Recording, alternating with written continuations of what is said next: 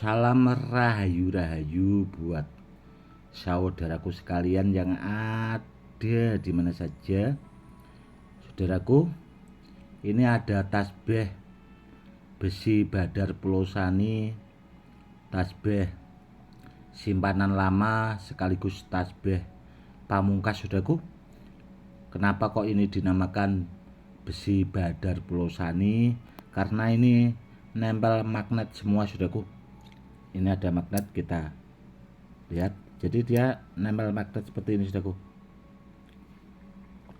Dan kalau ada di antara saudaraku yang bertanya, Gus, apa bedanya antara Badar Pulau Sani dan besi Badar Pulau Sani?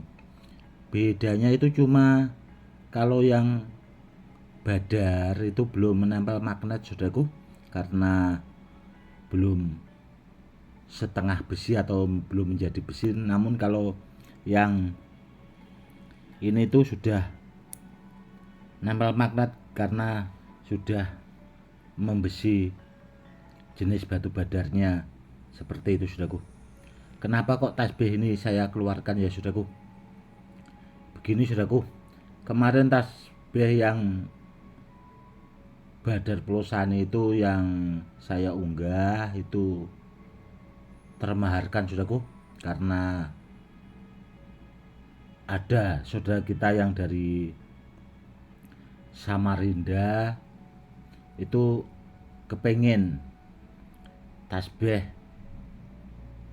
Badar Pulau Sani karena kepengen dipakai buat zikir dan buat ageman pribadi. Yang jelas tasbihnya super bagus, saudaraku. Dan pagi tadi juga ada saudara kita yang ada di Sulawesi juga yang bertanya, Gus, saya kepengen tasbih yang bisa ditesmoni dengan gerinda pemotong granit. Dan ini juga, saudaraku, sudah saya buatkan videonya. Dan tasbih ini sepertinya kalau videonya saya unggah, saudaraku, besok pagi itu sudah termaharkan juga. Karena apa? Karena banyak saudara kita yang kepengen memiliki tasbih seperti ini, saudaraku. Jadi ya nanti cepet-cepetan saja. Kalau yang cepat ya mungkin dapat tasbihnya kan, seperti itu. Karena ya saya juga itu agak terbatas, saudaraku, barangnya. Ya ada sih simpanan, namun tasbihnya itu yang terbatas karena bahan tasbihnya, saudaraku, yang sebenarnya kalau ditanya itu sangat langka sekali. Dan kalau tasbih yang seperti ini, saudaraku, ya tasbih pamungkas itu tuahnya itu hampir sejajar, saudaraku. Dia sejajar, namun yang membedakan itu tadi. Namun kalau ditanya soal kelangkaannya itu yang Badar Pulau Sani sama besi Badar Pulau Sani itu lebih langka yang ini, saudaraku, dari bahan batunya itu. Yang jelas tasbih ini itu super bagus, saudaraku. Dan sekaligus buat saudaraku yang awam, biasanya itu kan, Gus, itu kok akhir-akhir ini mengeluarkan jimat cincin besi kuning dan jimat keong buntet atau kol buntet kok banyak sekali.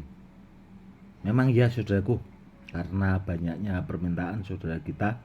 Namun yang harus dipahami, saudaraku, ya, biar tidak salah paham atau salah sangka, itu bisa diamati dari barangnya, saudaraku. Meskipun barangnya itu kol buntetnya itu hampir terlihat mirip sama, namun kalau kita amati dari pamor kol buntet atau keong buntet besi kuningnya itu tidak sama, saudaraku, beda-beda kalau kita jeli seperti itu. Dan cincin besi kuning juga seperti itu, saudaraku. Kalau kita amati dengan detail itu pamornya cincin besi kuning itu tidak sama, meskipun barangnya saya unggah itu ada beberapa biji itu, saudaraku. Semoga saudaraku paham. Karena apa? Karena kalau tidak dijelaskan seperti ini itu terkadang banyak, ada satu dua sih, enggak banyak juga sih. Itu saudara kita itu yang suka ngeyel, itu barang seperti itu banyak banyak. Karena apa? Karena terlihat mirip namun orang itu tidak mau apa melihat, saudaraku. Cuma sekilas saja bahasa. Jadi ya itu tadi, menjadikan prasangka dan yang tidak baik sih sebenarnya. Namun kalau orangnya cerdas, jeli kan, oh itu ternyata meskipun barangnya hampir terlihat mirip namun beda, saudaraku. Sebenarnya benda bertuah itu seperti keris, saudaraku. Keris itu kan jenisnya banyak. Kalau dilihat kerisnya ya modelnya seperti itu, ya jenisnya keris. Namun kalau kita mempelajari, saudaraku, kita amati, itu yang membedakan sebenarnya pamor, saudaraku.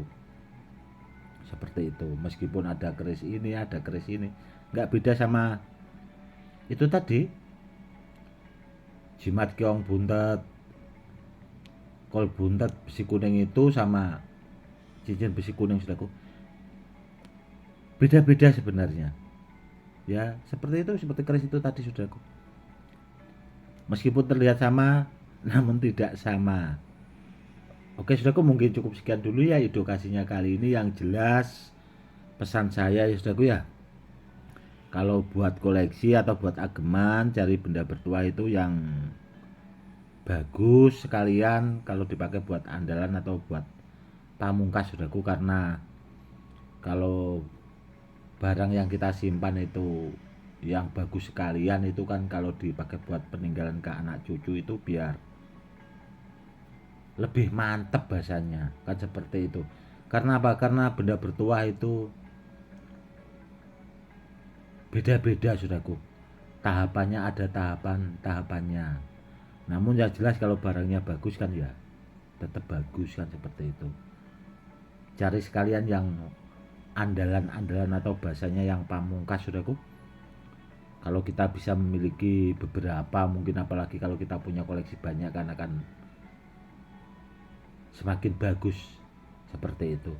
Karena apa ya? Karena di samping kita sambil melestarikan barang peninggalan dari leluhur kita, kita juga bisa dipakai buat peninggalan ke anak cucu, saudaraku. Dan yang jelas barang yang mau mengoleksi benda bertuah ya, saudaraku, ya, barang siapa saja yang mau mengoleksi benda-benda bertuah, barang peninggalan leluhur, itu insya Allah rata-rata soal hidupnya itu rata-rata mapan, saudaraku, orang yang seperti itu. Karena apa ya? Karena itu tadi, menghormati leluhurnya. Jadi entah pekerjaannya bahasanya apa, itu tahu-tahu ya santai-santai, bahasanya itu ya mapan, hidupnya terlihat lebih rileks atau bahasanya lebih mapan lah, intinya seperti itu. Oke, saudaraku, mungkin cukup sekian dulu ya edukasi kali ini, semoga lebih bermanfaat. Cukup sekian dulu, dan kedepannya akan saya buatkan edukasi yang lebih lagi, saudaraku. Cukup sekian dulu. Salam rahayu rahayu, salam hormat, saya Gus Edi.